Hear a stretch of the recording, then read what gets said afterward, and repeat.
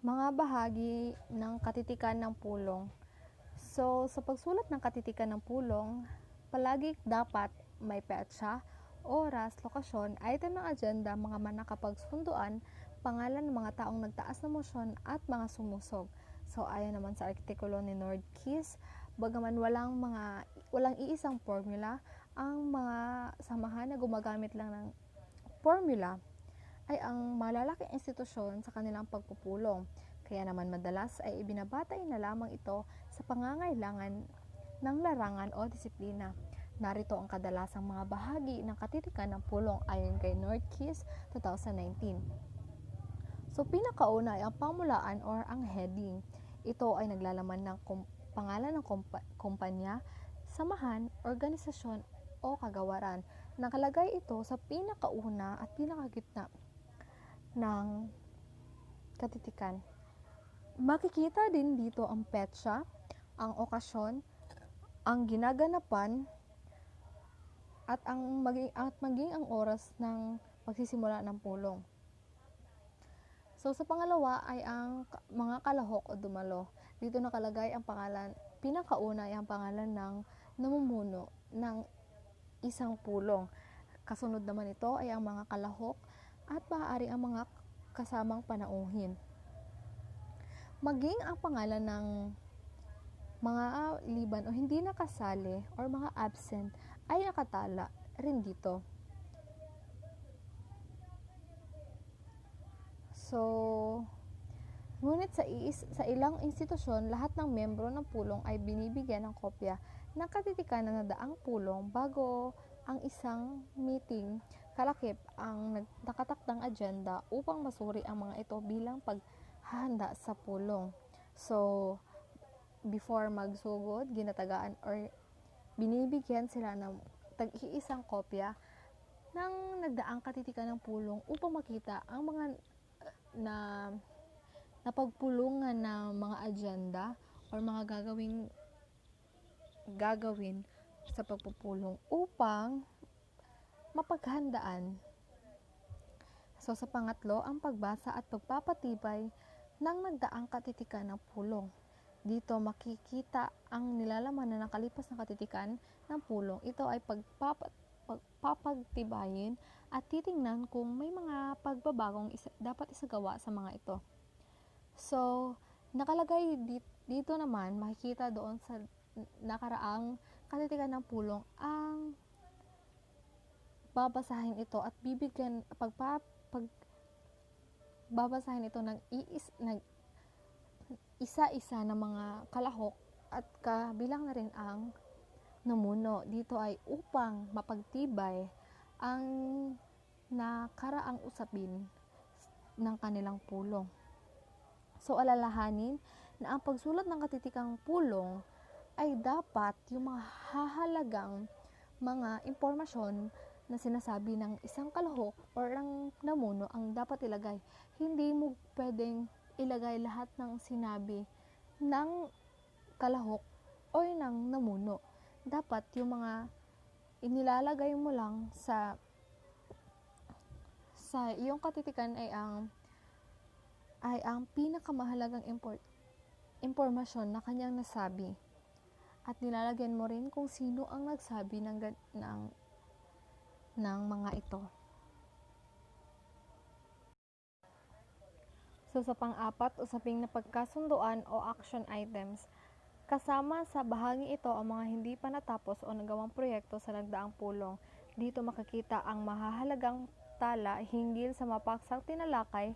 Inilalagay rin sa bahagi ito kung sino ang taong nanguna sa pagtatalakay ng isyu o maging ang desisyong nabuo ukol dito. So, sa usaping ito naman, makikita ang mga paksang tinalakay. So, sa usaping ito naman, itinatala ang mga paksang tinalakay, mga mahahalagang paksang tinalakay. Inilalagay rin dito kung sino ang namuno or sino ang nag-suggest na sa pagtalakay ng ganitong issue at maging desisyong nabuo ukol dito. So, inilalagay ang pangalan ng tao dito. Sa panglima naman, pagbabalita o pagtalastas. Hindi ito laging makikita sa katitikan ng pulong, ngunit kung mayroon mang pabalita o patalastas mula sa mga dumalo tulad ng halimbawa ng mga sesyong agenda para sa susunod na pulong, ay maaaring ilagay sa bahaging ito. So, dito sa parteng ito naman, may mga sesyong tinatalakay ang isang kalahok.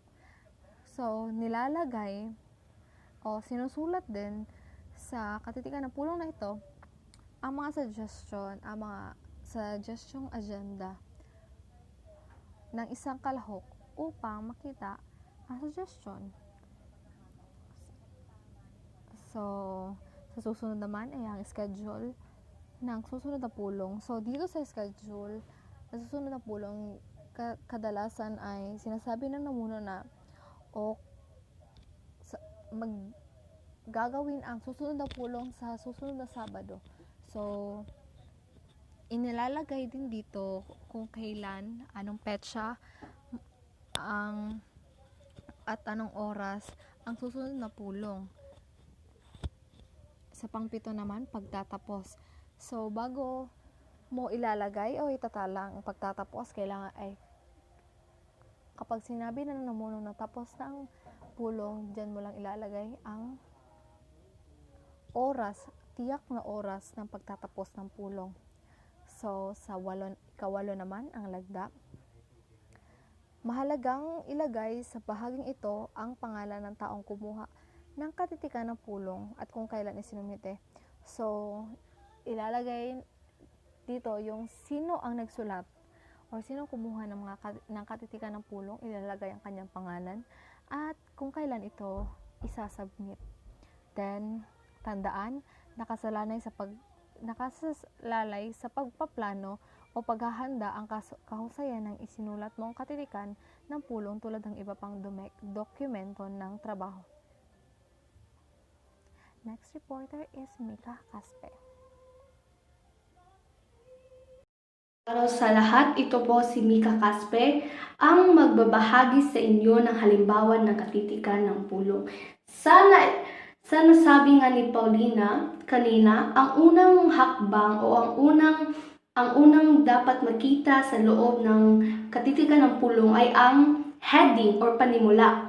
Dapat nakalagay dito ang yung title, kung ano yung dapat na pag-uusapan. Katitikan ng ikalawang pulong ng Parents Teacher Association PTA ng paaralan ng Talot National High School.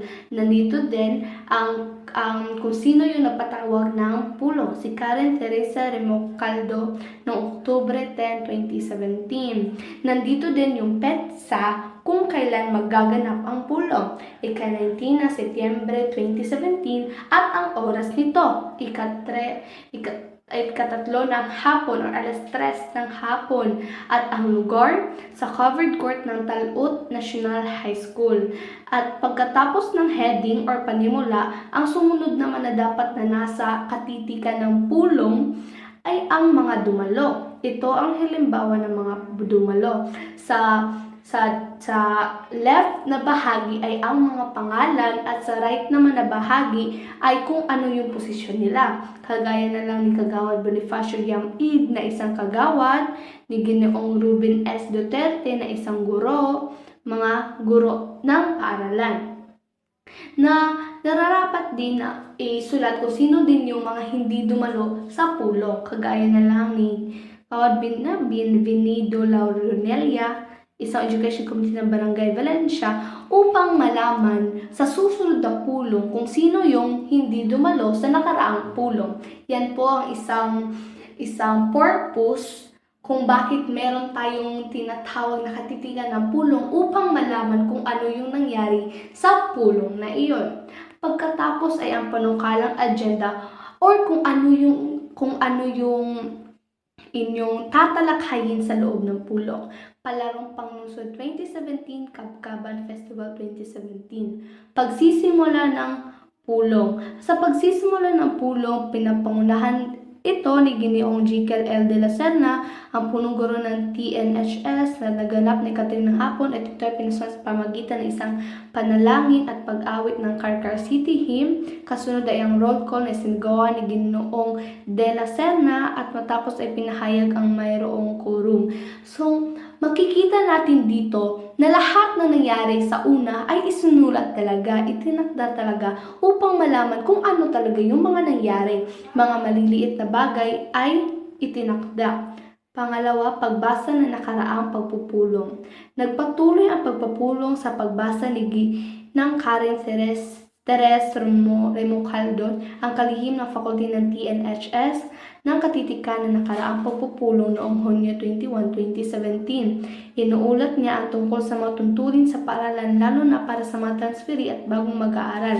Binasa rin niya ang mga bagong opisyalis ng PTA. So sa pangalawa, makikita pa rin kung ano yung mga sumunod na mga hakbang na nangyari sa pulong na isunulat dito sa katitikan ng pulong. Pangatlo, pagpapatibay ng panuklalang agenda. Nakasaad rin dito, nakasaad lahat ang mga nangyari sa pulong.